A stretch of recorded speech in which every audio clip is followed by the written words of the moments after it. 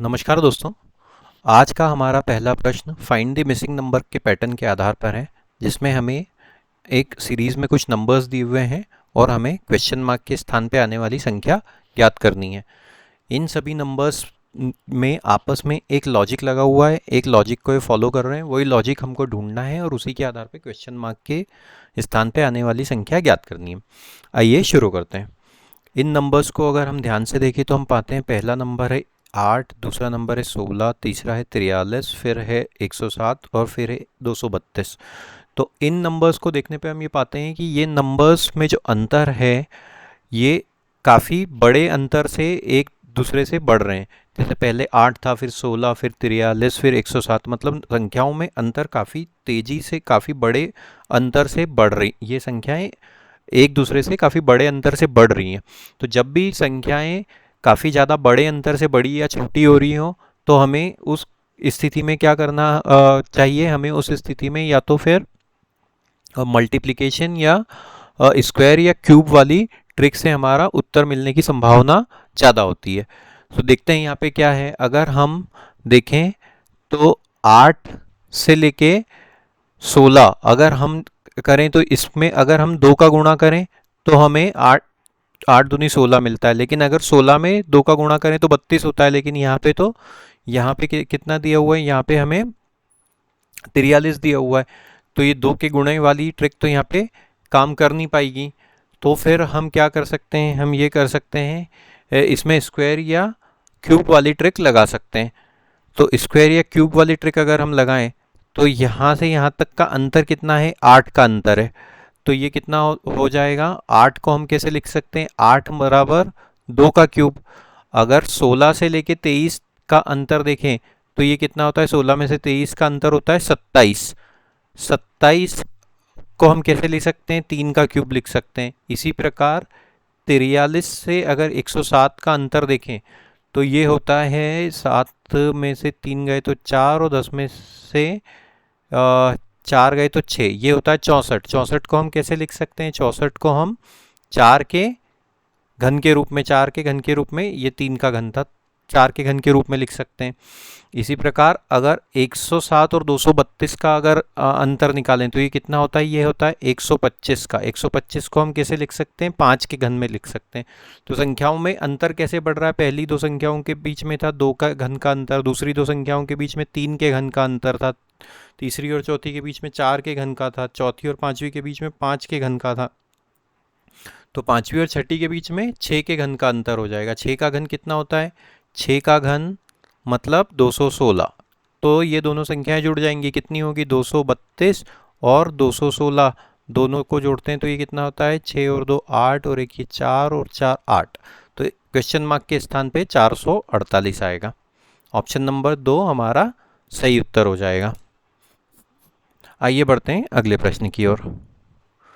अगले प्रश्न में हमसे कहा गया है 5 वस्तुएं ए की के पी आर और टी को एक के ऊपर एक रखा गया है। जरूरी नहीं है कि इसी क्रम में रखा गया है। 5 वस्तुएं हैं जो एक के ऊपर एक रखी गई है।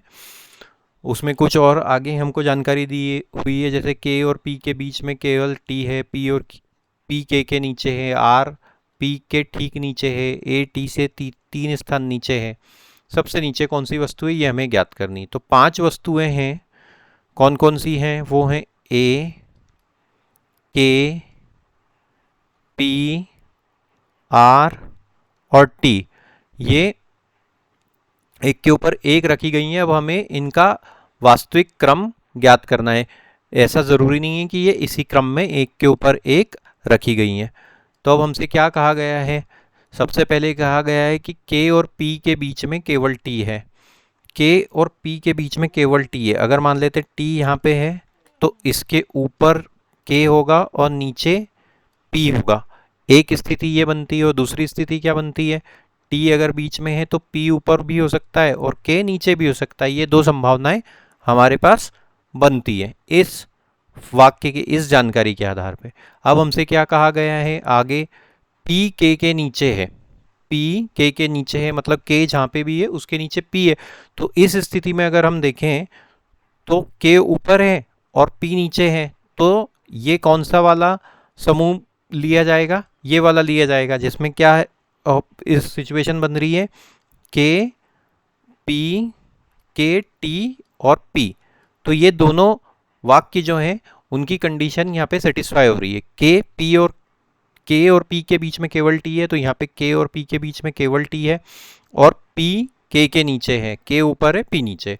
अगले वाक्य में चलते हैं, अगले सेंटेंस में चलते हैं। हमें क्या इन्फॉर्मेशन दी गई है, आर पी के ठीक नीचे है।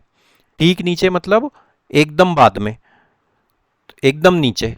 तो आर पी के ठीक नीचे, तो पी यहाँ पे है तो उसके नीचे क्या हो जाएगा, आर हो जाएगा। अब क्या कहा गया है हमसे, ए टी से तीन स्थान नीचे है। टी से कौन तीन स्थान नीचे है, ए। तो अगर यहाँ पे टी है तो उससे तीन स्थान कितने हो जाएंगे, ये हो जाएगा एक, ये हो जाएगा दो, और ये हो जाएगा तीन। तो यहाँ पे कौन आ जाएगा, ए। तो अब एक बार फिर से हम पांचों वाक्यों की कंडीशन को मैच करके देख लेते हैं। के और पी के बीच में केवल टी है, तो के और पी के बीच में केवल टी है। पी के नीचे है, पी के नीचे है। आर पी के ठीक नीचे है, आर पी के ठीक नीचे है। और ए टी से तीन स्थान नीचे है, तो टी यहाँ पे है तो उससे तीन स्थान कितने हो जाएंगे, एक दो तीन। तो ये इनका वास्तविक क्रम है इन पांचों वस्तुओं का। अब हमसे प्रश्न में क्या पूछा गया है, हमसे प्रश्न में पूछा गया है कि सबसे नीचे कौन सी वस्तु है। तो इस टेबल के अनुसार सबसे नीचे ए वस्तु है, तो ऑप्शन नंबर 4 हमारा सही उत्तर हो जाएगा, ए सबसे नीचे है। आइए बढ़ते हैं अगले प्रश्न पे। अगले प्रश्न में हमसे कहा गया है कि क्वेश्चन मार्क के स्थान पे आने वाली संख्या हमको ज्ञात करनी है। ये एक नंबर एक सीरीज में दिए हुए हैं, और ये सीरीज एक निश्चित लॉजिक को फॉलो कर रही है, वही लॉजिक हमको यहाँ पे ढूंढना है। इन संख्याओं को अगर हम गौर से देखें तो हम देखते हैं कि इनके बीच का अंतर, जैसे हमने पहली सीरीज में देखा था, उसके विपरीत इनके बीच का अंतर बहुत ज़्यादा अंतर से बढ़ या घट नहीं रहा है। जैसे यहाँ पे दिया हुआ है 118, फिर 129, तो ये संख्या एक दूसरे से काफ़ी ज़्यादा बड़ी या छोटी एकदम से नहीं हो रही है। अब हमको बस यही ज्ञात करना है कि कौन से वाले लॉजिक को, कौन सी वाली रीजनिंग को का पालन कर रही है। तो पहली संख्या दी हुई है 118, और उसके बाद दी है दूसरी संख्या हमको 129। अगर इन दोनों के बीच का अंतर निकालें तो ये कितना आता है, ये आता है 11 का। 118 में अगर हम 11 जोड़ें तो 129 मिलता है। 129 में हम अगर 12 जोड़ देते हैं, प्लस 12 कर देते हैं, तो हमको 141 मिलता है। 141 में अगर हम 13 जोड़ देते हैं तो हमको 154 मिलता है। इसी प्रकार अगर 154 में 14 जोड़ दें तो हमको 168 मिलता है। तो संख्या में क्या, ये सीरीज में कौन सा लॉजिक लगा हुआ है, पहली दो संख्याओं के बीच में 11 का अंतर, दूसरी तीसरी के बीच में 12 का, तीसरी चौथी के बीच में 13 का, चौथी पांचवी के बीच में 14 का, तो पांचवी छठी के बीच में कितने का अंतर आ जाएगा, ये 15 का अंतर आ जाएगा। मतलब 168 में अगर हम 15 जोड़ दें तो हमें हमारी संख्या मिल जाएगी 8 और 5 13 की 3 हासिल का आया 1, 6 और 1 7 और 1 8, और ये हो जाएगा 183। 183 हमारा सही उत्तर होगा। इस आइए बढ़ते हैं अगले प्रश्न की ओर। अगले प्रश्न में हमसे कहा गया है कि कुल राशि 209 को 3 मित्रों ए, बी और सी के बीच इस प्रकार वितरित किया जाता है कि ए को बी की तुलना में 6 गुना रुपये मिलते हैं, सी को बी की तुलना में 4 गुना रुपये मिलते हैं। तो ए को कितने रुपये मिलेंगे ये हमको ज्ञात करना है। टोटल राशि कितनी है, कुल राशि कितनी है, कुल राशि है जो ए, बी और सी के बीच में वितरित की जा रही, कुल राशि ए, बी और सी के बीच में वितरित की जा रही, वो कितनी है, ए प्लस बी प्लस सी तीनों मिलके कितने रुपयों का बंटवारा कर रहे हैं, 209 रुपयों का। अब हमें अगला आगे क्या कहा गया है कि ए को बी की तुलना में 6 गुना रुपया मिलता है। तो माना कि बी को x रुपये मिलते हैं, बी को मिलते हैं कितने, x रुपये। बी को x मिलते हैं मतलब b बराबर x है। अब हमसे क्या कहा है, a को b की तुलना में 6 गुना मिलते हैं, तो a को कितने मिलेंगे, b को अगर x मिल रहे हैं तो a को कितने मिलेंगे, 6x मिलेंगे। और सी को बी की तुलना में 4 गुना मिलते हैं। तो सी को बी को जितने मिल रहे थे उसका 4 गुना, मतलब 4x रुपये मिलते हैं। तो ए को कितने रुपए मिलते हैं हमको ज्ञात करना है। अब हमें एक इक्वेशन यहाँ पे, ये एक समीकरण ये दिया हुआ है, हमको हमें सबके मान भी मिल गए। ए प्लस बी प्लस सी बराबर 209। ए का मान कितना है 6x है, तो हम यहाँ पे 6x लिख देंगे। बी का मान कितना है 4x है, और सी का मान कितना है, बी का मान है x और सी का मान है 4x बराबर 209। इनको तीनों को जोड़ लें तो ये कितना होता है 6 और 1 7 और 7 और 4 11x। तो 11x बराबर 209। तो x बराबर 209 बटे 11, ये कितना हो जाएगा 11 एकम 11 और यहाँ पे बचते हैं 9, तो 11 नमा की 99। तो x का मान कितना हो जाता है, x बराबर हो जाता है 19। अब हमसे क्या कहा गया है कि a को कितने रुपए मिलते हैं, तो a का मान कितना था, a बराबर 6x। तो a बराबर कितना हो जाएगा 6 गुणित 19, 19 छंकी 114। हमारा सही उत्तर हो जाएगा ऑप्शन नंबर 1। आइए बढ़ते हैं अगले प्रश्न की ओर। अगले प्रश्न में हमसे क्या कहा गया है कि a की वर्तमान आयु b की वर्तमान आयु से 2 गुना है। 8 वर्ष बाद b की आयु c की वर्तमान आयु से 4 गुना होगी। यदि c ने अपना 5वां जन्मदिन 9 वर्ष पहले मनाया था तो a की वर्तमान आयु क्या है, ये हमको ज्ञात करना है। 3 व्यक्ति हैं a, b और c। अब हमसे क्या कहा गया है कि a की वर्तमान आयु b की वर्तमान आयु से 2 गुना है। तो मान लेते हैं कि b की वर्तमान आयु x वर्ष है। माना b की वर्तमान आयु है कितनी है, x वर्ष है। अब हमसे क्या कहा गया है, a की वर्तमान आयु b की वर्तमान आयु से 2 गुना है। तो b का मान कितना दिया हुआ है, b का मान दिया हुआ है x। तो a का मान कितना हो जाएगा, a का मान हो जाएगा, चूंकि b का दुगुना है तो ये हो जाएगा 2x। अब हमसे क्या कहा गया है, 8 वर्ष बाद b की आयु c की वर्तमान आयु से 4 गुना होगी। c की जो भी वर्तमान आयु है उससे 8 वर्ष बाद b की आयु 4 गुना, 8 वर्ष बाद c की वर्तमान आयु से 4 गुना b की आयु होगी। मतलब b की आयु अगर मान लेते हैं x है, हमने जो माना था, तो x 8 वर्ष बाद की बात हो रही, तो x में अगर हम 8 जोड़ दें तो c की वर्तमान आयु से, माना c की वर्तमान आयु c है, उससे 4 गुना होगी। तो 4 गुणित c, ये c की वर्तमान आयु है। अब हमें c की वर्तमान आयु ज्ञात करनी है। आगे हमसे कहा गया है यदि c ने अपना 5वां जन्मदिन 9 वर्ष पहले मनाया था, मतलब आज से 9 साल पहले c कितने का था, 5 साल का था, तो वर्तमान आयु कितनी हो जाएगी c की, c की वर्तमान आयु कितनी हो जाएगी, आज से 9 साल पहले वो 5 साल का था, तो आज कितने का हो जाएगा, आज वो 14 साल का हो जाएगा, वो हो जाएगा 14 वर्ष का। बस अब हमें c की जगह पे 14 रख लेना है। तो x धन 8 बराबर 4 गुणित 14, तो x धन 8 बराबर 56। और आगे हल करते हैं तो x बराबर 56 माइनस 8, तो x बराबर कितना हो गया 48। x का मान क्या था, x मतलब b की वर्तमान आयु, तो b कितने वर्ष का है, अभी 48 वर्ष का है।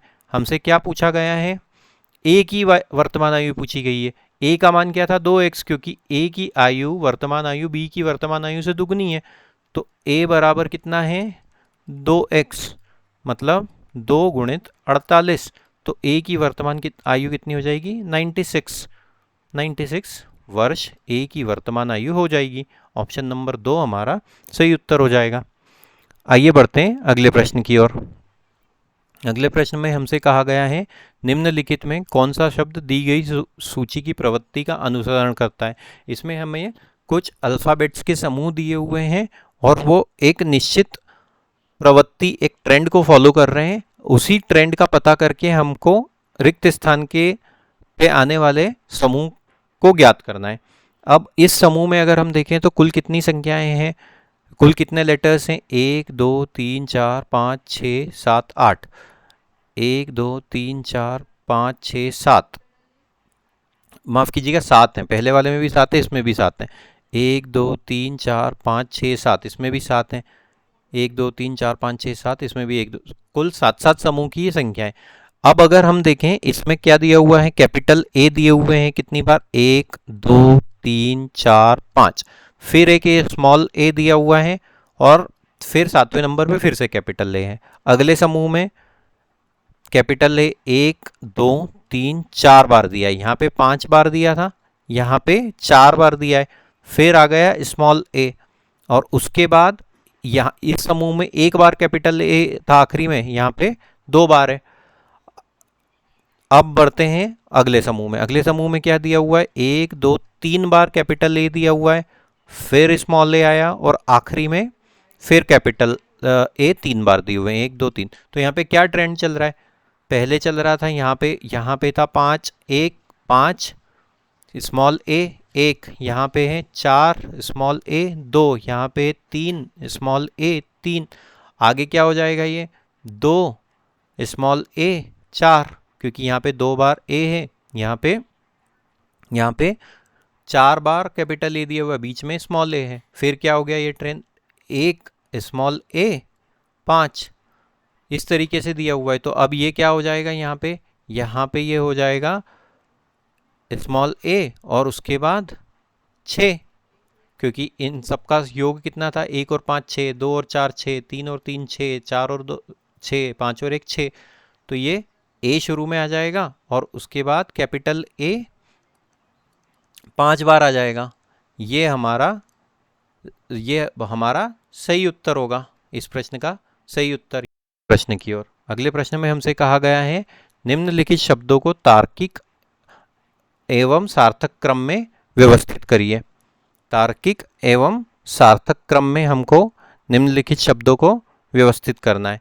अब हमें कुछ शब्दों के समूह दिए हुए हैं और हमसे कहा गया है कि इन्हें हमें ठीक क्रम में, एक तार्किक क्रम में जमाना है। कौन कौन से शब्द दिए हुए हैं, हमसे कहा गया हुआ है monkey, elephant, rat, house fly, lion.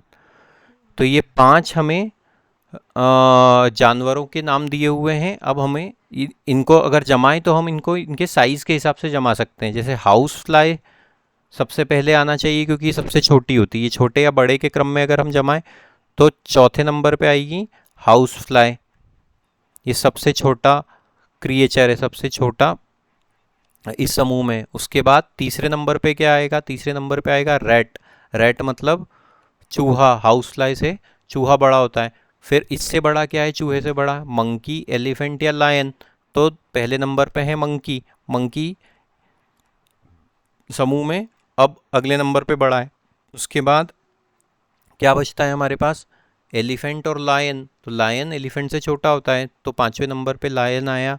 और उसके बाद अगला आ जाता है दूसरे नंबर का एलिफेंट। तो ये वाला इनका एक ऑर्डर बन रहा है जिसमें सबसे छोटा क्रिएचर सबसे पहले है, दूसरा, फिर उससे बड़ा, फिर उससे बड़ा, फिर उससे बड़ा और फिर ये सबसे बड़ा। तो 4 3 1 5 2, ये कौन से वाले ऑप्शन में दिया हुआ है, 4 3 1 5 2, ऑप्शन नंबर 2 में दिया हुआ है। आइए बढ़ते हैं अगले प्रश्न की ओर। आइए बढ़ते हैं अगले प्रश्न की ओर। अगले प्रश्न में हमसे कहा गया है कि निम्नलिखित प्रश्नों में एक शब्द के बाद 4 अन्य शब्द आते हैं जिसमें से एक शब्द दिए गए शब्द के अक्षरों का प्रयोग करके नहीं बनाया जा सकता। इस शब्द को खोजना है। अब हमसे क्या कहा गया है, एक हमें काफ़ी ज़्यादा लेटर्स का एक बड़ा शब्द दिया हुआ है अंग्रेजी का, और ये कहा गया है कि नीचे वाले ऑप्शंस में जो 4 शब्द दिए गए हुए हैं इन लेटर्स का इस्तेमाल करके कौन सा वाला नहीं बनाया जा सकता, ये हमको ज्ञात करना है। तो जब भी इस प्रकार का प्रश्न आता है हम कौन सी वाली ट्रिक का पालन करते हैं, हम इस बड़े वाले लेटर शब्द में जितने भी लेटर्स दिए हुए हैं उनको मन ही मन में एक बार दो बार जोर से पढ़ लेते हैं ताकि वो हमारी मेमोरी में स्टोर हो जाए और हम फिर ऑप्शन से हमारा उत्तर ढूंढ पाएँ।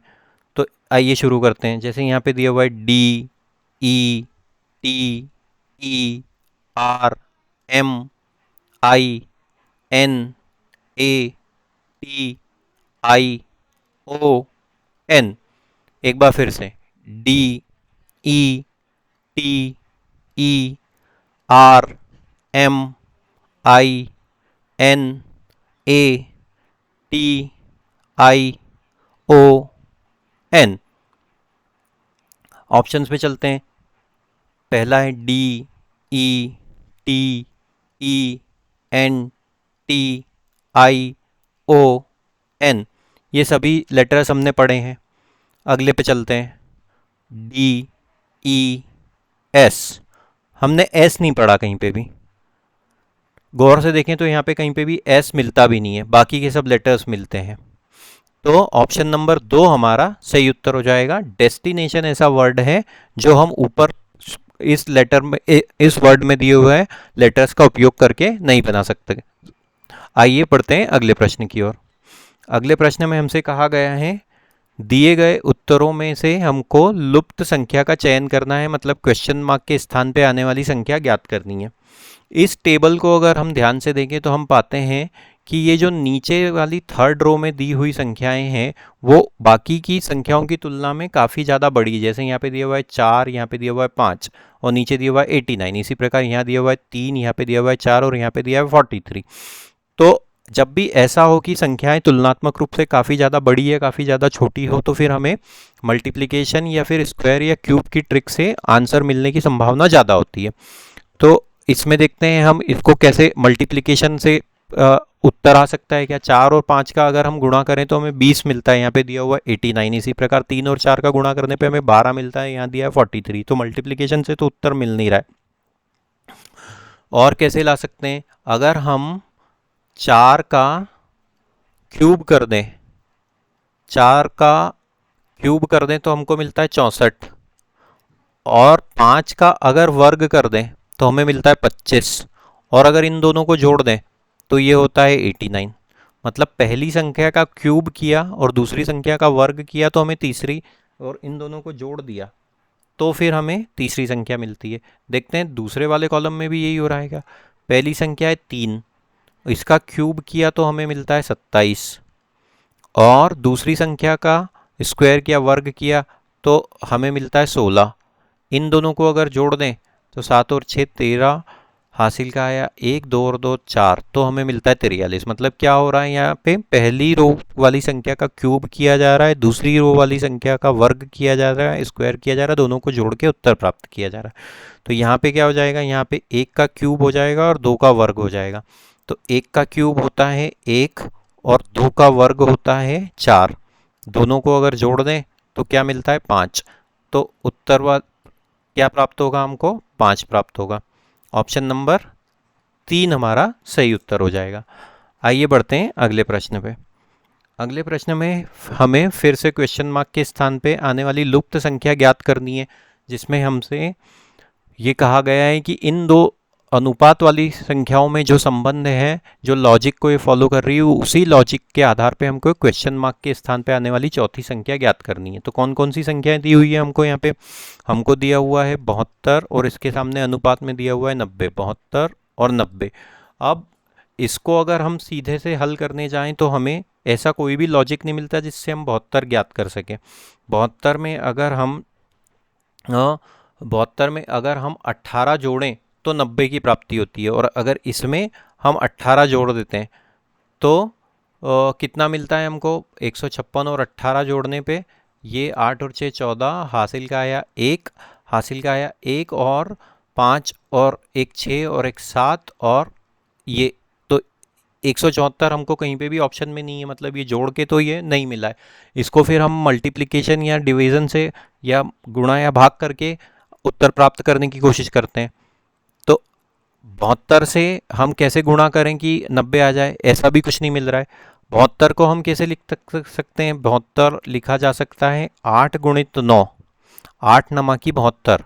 और इसी प्रकार 90 को हम कैसे लिख सकते हैं, 9 गुणित 10, मतलब कि यहाँ पे दिया हुआ 8 गुणित 9 तो 72 आया और 9 गुणित 10 किया तो 90 आया। 8 9 9 10, तो ऐसे ही 156 को अगर हम लिखें तो 156 को हम लिख सकते हैं 12 गुणित 13। 12 में अगर 13 का गुणा कर दें तो 156 मिलता है। तो यही इसी क्रम के हिसाब से ये कितना हो जाएगा, 13 गुणित 14। बस इसको अगर हम हल कर लें तो हमें हमारा उत्तर मिल जाएगा। 13 और 14 का गुणा किया तो 13 चौक 52 की 2, हाथ तिल क्या है 5, 13 एकम 13 और 5 18, 182। 182 ऑप्शन में दिया हुआ है क्या? जी हाँ, ऑप्शन नंबर 3 में 182 दिया हुआ है। तो ऑप्शन नंबर 3 हमारा सही उत्तर हो जाएगा। उम्मीद करते हैं दोस्तों आपको आज का हमारा ये वीडियो पसंद आया होगा। कृपया करके हमारे चैनल को सब्सक्राइब कीजिए और इसी प्रकार के वीडियो को पाने के लिए चैनल से जुड़े रहें। इस वीडियो को अधिक से अधिक मात्रा में शेयर कीजिए। Thank you.